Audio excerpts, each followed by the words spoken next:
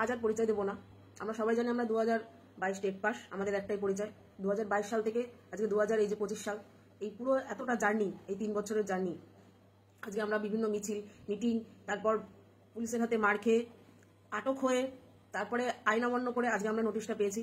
আমাদের দুটো দাবি ছিল, একটা 50,000 শূন্যপদ আর আমাদের ইন্টারভিউ নোটিফিকেশন যত শীঘ্রই সম্ভব দেওয়া হোক। কিন্তু এখন দেখা যাচ্ছে যে আমাদের নোটিফিকেশন দিয়েছে, কিন্তু এই যে 50,000 শূন্যপদের যে দাবি, সেই দাবিটা আমাদের মানা হয়নি। দাবিটা কিন্তু অযৌক্তিক নয়, আমরা কিন্তু শুনেই তারপরে বলেছি, ওনারা বলেছেন বলেই আমরা বলেছি, না হলে আমরা কোনোদিনই বলতাম না। আজকে জানি না, মনে হয় 13,000 ভ্যাকেন্সি, এই যে 13,000 প্লাস যে ভ্যাকেন্সিটা দিয়েছে, এই ভ্যাকেন্সিটা আমাদের হয়তো এই যে আন্দোলন, এত বড় বড় পরপর আন্দোলনগুলো হলো, সেই আন্দোলনকে দমিয়ে রাখার জন্য হয়তো দিয়েছে। কিন্তু এই আন্দোলন, এই যে ভ্যাকেন্সি, এই ভ্যাকেন্সিতে কারা চাকরি করবে? এতগুলো ছেলেমেয়ে বসে রয়েছে আজকে, এতদিন ধরে, এতদিনের তাদের স্বপ্ন, সেই স্বপ্নগুলো তো সব ভেঙে যাবে। 13,000 ভ্যাকেন্সিতে কারা চাকরি পাবে?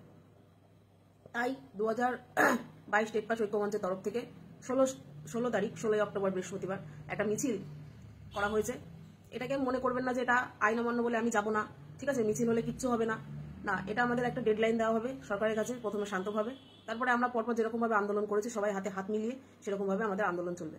আমাদের 50,000 ভ্যাকেন্সি চাই, 50,000 ভ্যাকেন্সি না দিলে আমরা মানছি না। তাই সবাইকে বলবো, 2022 টেট পাস সবাইকে বলবো, 16 তারিখ বৃহস্পতিবার সবাইকে শিয়ালদা মেট্রো গেটের সামনে জমা হতে 11টার সময়।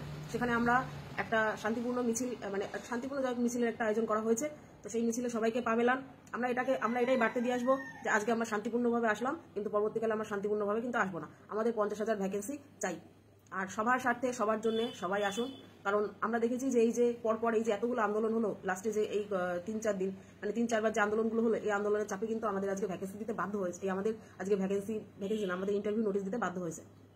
তাহলে আমরা ভ্যাকেন্সি ছিনিয়ে আনতে পারবো। 13,000 ভ্যাকেন্সিতে কেউ চাকরি করতে পারবে না। যারা 30-29 যাদের মনে করছে যে হাই একাডেমিক, তারাও কিন্তু সেফ জোনে নেই, ঠিক আছে। তো তার জন্য বলবো সবাই আসো, 22-23, তারপর যারা যারা পাশ করে আছো সবাই আসো, সবাই পা মেলাও। ভ্যাকেন্সি দিলে, ভ্যাকেন্সি একমাত্র সমাধানের মুক্তির সমাধান। মানে ভ্যাকেন্সি বাড়লেই সবার সমস্ত সমস্যা কিন্তু মিটে যাবে। তাই এতদিন ধরে যখন চেষ্টা করলাম, তো এই লাস্ট চেষ্টাটা করি যাতে আমাদের ভ্যাকেন্সিটা বাড়ে এবং আমরা সবাই আমাদের যে স্বপ্ন, এতদিন ধরে যে স্বপ্ন আমরা দেখে এসেছি, সেই স্বপ্ন যেন সবার পূরণ হয়। সবাই আসুন, আর কিছু বললাম না, নমস্কার।